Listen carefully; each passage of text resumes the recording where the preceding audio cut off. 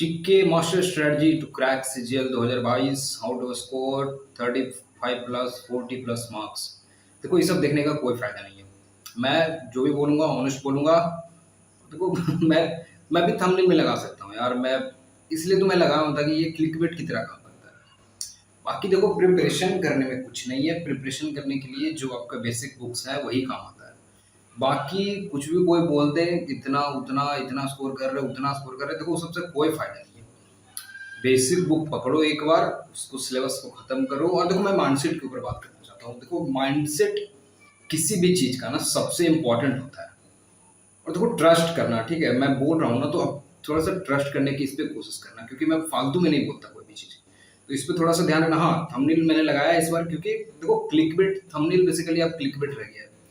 तो लोग अगर मेरी बात घुसेंगे ही नहीं, मेरे वीडियोस के अंदर देखेंगे ही नहीं, फिर मैं उनको बात कैसे समझाऊंगा? जो मैं सच्चाई बोलना चाहता हूँ अगर मैं लिखूंगा नहीं तो वो बाहर ही नहीं आ पाता ना, लोग देखते ही नहीं। तो इसलिए जरूरी हो गया कि अब क्लिकबेट आपको लगाया जाए। अब ये दुनिया बदल गई है तो क्लिकबेट आपको तो लगाना पड़ेगा, क्योंकि अगर लोग घुसेंगे ही नहीं तो फिर आपके बारे में पता ही नहीं चलेगा। कभी वो जान ही नहीं पाएंगे कि अच्छा ये सच्चाई ये है, ऐसे होना चाहिए था। ठीक है। अब देखो मैं इंपॉर्टेंट बात क्या बोलता हूँ, जैसे जीके करने का देखो सिर्फ दो ही तरीका है। ठीक है। वो क्या है कि सबसे पहले आप एक बार जो तुम्हारा सिलेबस दिया हुआ है उसको देखो। बेसिकली सिलेबस कहीं से भी करना होता है, वो लिखा हुआ नहीं है कि सिर्फ लूसेंट से ही कर सकते हो। लेकिन बात क्या है कि लूसेंट जो तुम्हारा है वो एक थोड़ा सा वो शॉर्ट नोट करके थोड़ा सा हाईलाइट करके रेड में देखते हो, बहुत सारी चीज में रेड में करके वो दे देता है। तो वो इसलिए इंपॉर्टेंट हो जाता है। इसलिए जो जीके का बुक है वो लूसेंट इसलिए बहुत ज्यादा फेमस है, क्योंकि वो सही है। वो क्रिस्प देता है, थोड़ा सा शॉर्ट करके चीजों को दे देता है, हाईलाइट कर देता है चीजों को जिसको इस्तेमाल याद करना होता है। तो इसलिए देखो थोड़ा सा लूसेंट फेमस हो गया। आप देखो इतना ज्यादा वो फेमस हो गया ना कि अब उसके अल्टरनेट खोजने लगे। अच्छा इससे काम नहीं चलेगा, इसको खोज लेते हैं। वो ऐसा वैसा मत करो। अभी से देखो मेंस में प्रीलिम्स में मार्क्स ऐड हो नहीं रहे, तो जिसका भी सिलेबस नहीं भी कवर है तो क्यों डरते हो फालतू का? आराम से मेंस तक के लिए वेट करो।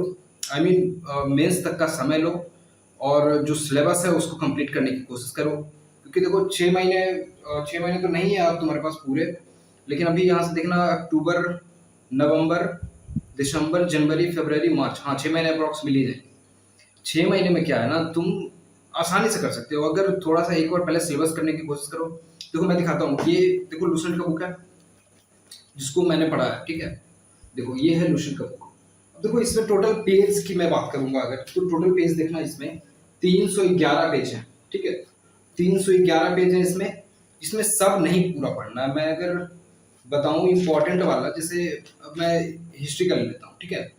तो अगर मैं हिस्ट्री का देखूंगा इसमें, तो अगर मैं देखो इंपॉर्टेंट वाला पढ़ना जरूरी है। थोड़ा सा क्या पढ़ना है क्या नहीं पढ़ना ये भी इंपॉर्टेंट हो जाता है। तो अगर मैं इसको जैसे मैं ले रहा हूँ, अगर मान लीजिए शुरू वाला, क्या बोलते हैं, लिखा हुआ तो नहीं है, प्राचीन इतिहास। देखो प्राचीन वाला जैसे शुरुआत वाला, तो अगर इसमें मैं ले रहा हूँ ना तो शुरू के देखो कुछ पेजेस से सवाल बनते हैं। सिंधु वाला हो गया, फिर पुराना काल वाला जो हो गया, इस पे सवाल बनते हैं। वैदिक सभ्यता से थोड़े बहुत सवाल बनते हैं। सबसे ज्यादा सवाल कहाँ से बनते हैं? जैसे बौद्ध धर्म से सवाल बनते हैं। तो बौद्ध धर्म में भी देखो पूरा हमें नहीं पढ़ना है, हमें बस ऑब्जेक्टिव सवाल ही करने हैं। तो इसमें दिया हुआ है कि देखो बौद्ध धर्म में प्रथम जो बौद्ध संगति, मैं हिंदी में पढ़ाऊँ तो मैं हिंदी में बात करूंगा। प्रथम बौद्ध संगति 483 में हुआ था, राजगीर में हुआ था। और किसके अध्यक्ष में हुआ था? तो आजाद महाकश्यप के अध्यक्षता में हुआ था। तो देखो इतना ही याद करना है। अब ये बौद्ध धर्म में हमें पूरा बहुत डीप जाने की आवश्यकता नहीं है कि आप तुम दूसरे किताब के पीछे भागो। एक बार पढ़ो। मैं वही बोल रहा हूँ कि एक बार सिलेबस करो लूसेंट से, एक बार कर लिया उसके बाद क्या है, देखो मैं इस्तेमाल जो किया था ये देखो 2016 तक का ये देखना। किरण का बेसिकली ये बुक है, किरण का ये बुक था और इसमें सारा दिया हुआ था। हाँ ये देखो, रुक जाओ एक मिनट मैं दिखाता हूँ। देखो देखो ये किरण का 2016 तक का बुक है। ठीक है। तो बेसिकली इसमें 2016 तक जितने भी एग्जाम्स हुए थे 1997 से 2016 तक का, इसमें सारे जीके के सवाल हैं, सारे चैप्टर वाइज दिए हुए। तो मैंने इन पे ही रिलाई किया। पहला सोर्स मेरा था कि मैं लूसेंट से एक बार पढ़ लूँ किसी भी चीज को, उसके बाद मैं आ जाऊं अपने प्रीवियस ईयर पे। तो देखो 2016 तक का प्रीवियस ईयर तुम्हारा ये हो गया। ये किरण का बुक है, 2016 तक का प्रीवियस ईयर है। इसमें जीके का मैं बात कर रहा हूँ। तो देखो मैं पढ़ता था, देखो इस तरीके से मैं इसमें भी देखो मार्क किया हुआ था। कि कितने सवाल किस टॉपिक के हैं, ठीक है। हिस्ट्री के जैसे कितने सवाल हो गए, फिर ज्योग्राफी के कितने सवाल हो गए, कॉन्स्टिट्यूशन के कितने सवाल है, फिजिक्स के कितने सवाल है। तो मैंने इस तरह से देखो मैंने मार्क करके रखा हुआ था लिख करके कि इतने इतने सवाल है, मुझे ऐसे महीने का कुछ मैंने टारगेट मैं ले लेता था, कुछ टारगेट और उसको खत्म करता था, ठीक है। तो 2016 तक ये हो गया, और 2016 के बाद से देखो जो मैंने स्क्रीनशॉट्स तुम्हें अवेलेबल कराए हैं तुम लोगों के लिए, तो वो उस स्क्रीनशॉट्स का इस्तेमाल करता था। तो देखो प्रीवियस ईयर मेरा पूरा हो गया, 1997 से लेकर के 2020 तक के मेरे प्रीवियस ईयर कंपैक्ट थे, पूरी तरह से वो रेडी था। इसकी वजह से ना मेरा स्कोर कभी रुका ही नहीं, क्योंकि जो भी प्रीवियस ईयर के सवाल बने उसको मैं आसानी से कर पाता था। तो यही की है, इस बात को अच्छे से समझ लो कि प्रीवियस ईयर ही तुम्हारा की है। जो पूछे गए सवाल हैं हम उनको हमेशा बना लेंगे लाइक दिस एकदम, अगर आ गया तो उसको एक सेकंड में आप निकाल दो एकदम। और जो नए सवाल के लिए तैयार मत रहो, नए सवाल के लिए मैं हमेशा बोलता हूँ, चाहे वो मैथ्स हो, इंग्लिश हो, और ये तुम्हारा जीके हो, रीजनिंग हो, नए सवाल के लिए तैयार मत रहो। जो प्रीवियस में पहले आ चुका है वो बच के नहीं जाना चाहिए। ये मेन कॉन्सेप्ट है तुम्हारा पूरे एसएससी एग्जामिनेशन के लिए, इस बात को अच्छे से समझ लो। प्रीवियस ईयर करना सबसे ज्यादा इंपॉर्टेंट है। अगर इसको कर लेगा ना, अगर तुम्हारा देखो जैसे 1997 से 2020 तक का ये पेपर प्रीवियस ईयर हो जाएगा, अगर मान ली तुम इसको भी कंप्लीट कर लेते हो, जैसे इसमें कुल मिलाकर के हो गया करीब करीब 8 to 9,000 के अराउंड इसमें क्वेश्चंस हैं। अगर इतने सवाल अगर सही से पढ़ोगे तो 6 महीने में हो जाते हैं, क्योंकि अगर डेली का देखो 2000 से डेली का 150 से लेकर 200 सवाल भी अगर एक एक चैप्टर को उठा लेते हो तुम, अगर उसको लगाते हो प्रीवियस ईयर को, तो वो धीरे धीरे याद होना चालू हो जाता है, ठीक है। तो आप एक बार सिलेबस कर लेते हो इससे, फिर बार बार प्रीवियस ईयर लगाओगे, मॉक लगाओगे, तो उसमें भी यही सवाल आएंगे, है ना। अभी भी तुम देखोगे तो इस गाइड से बहुत सारे सवाल बन जाएंगे, क्योंकि कभी भी प्रीवियस ईयर का कॉन्सेप्ट और जो न्यूट्रल चीजें हैं जो तुम्हारा प्रीवियस ईयर में आ चुका है, या फिर जो स्टैटिक की बात करें हम, तो वो बदलता नहीं है। आज भी तुम्हें वही नदी के बारे में, गंगा नदी के बारे में पूछेगा ना कि कौन से स्टेट से नहीं जाता है, तो कल भी वही पूछेगा कि गंगा नदी कौन से स्टेट्स में नहीं जाता है, ठीक है। वो यूपी में जाता है, बिहार में जाता है, वो दिल्ली में नहीं जाता है गंगा नदी। तो ऐसे ही सवाल बनेंगे हमेशा। तो इस बात को समझो, प्रीवियस ईयर पे ही रिलाय करो, ज्यादा टेंशन मत लो। हमेशा इसके बारे में सोचो कि हम जो पढ़ेंगे वो आना चाहिए, क्या आएगा वो पढ़ें, नहीं हो पाएगा। क्योंकि जीके में क्या पूछता है ना, नोबडी नोज। तो इस बार भी क्या पूछेगा, नोबडी नोज। तो हम उसको तैयार करेंगे कि जो हम पढ़ रहे हैं वो आना चाहिए, ठीक है। तो उस पर अपने आप पे कॉन्फिडेंस रखो कि जो हम पढ़ रहे हैं वही आएगा, ऐसा सोचो।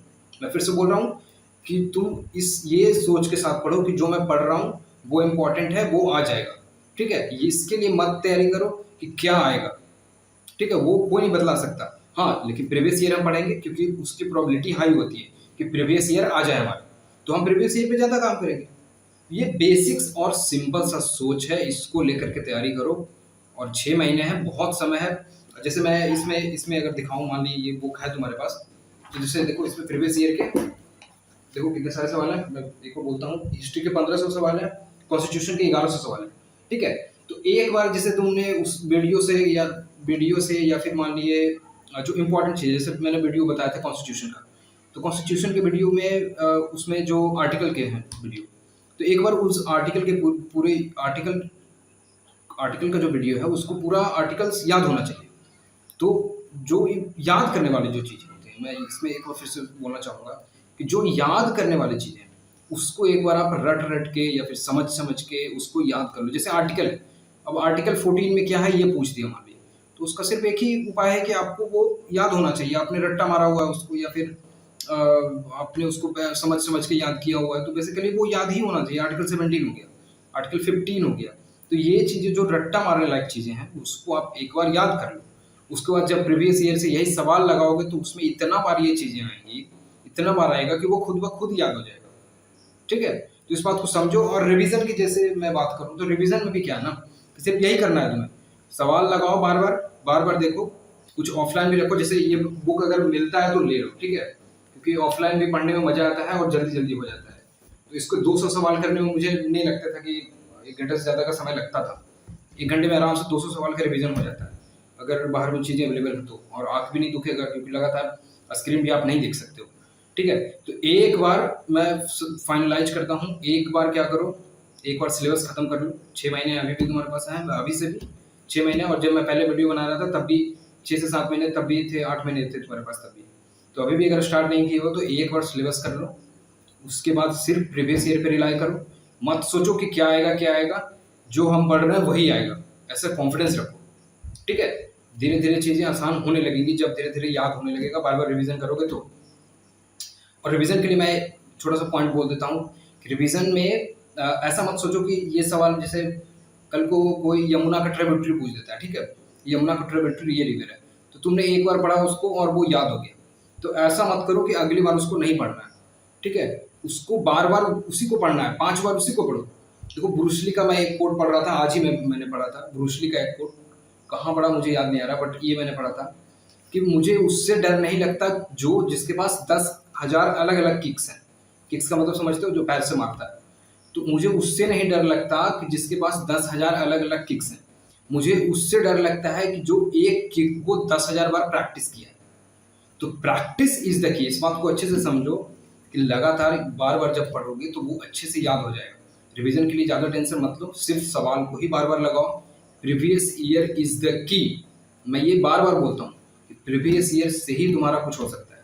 अगर प्रीवियस ईयर नहीं कंप्लीट है, नहीं बन पा रहा है प्रीवियस ईयर, और देखो प्रीवियस ईयर का मान लिया कोई मॉक टेस्ट लगा रहे हो, ठीक है, सीजीएल मान लिया 19 उठा लिया तुमने, सीजीएल 2020 उठा लिया, तो जीके के सेक्शन में का अगर मान लिया मॉक लगा रहे हो तो उसके सारे सवाल हो जाना चाहिए, जो करंट अफेयर का छोड़ करके बाकी जो भी सवाल है, जो रिलेवेंट है, जो स्टैटिक से पोर्शन का सवाल है, जो पता होना चाहिए, वो अब से बनने चाहिए।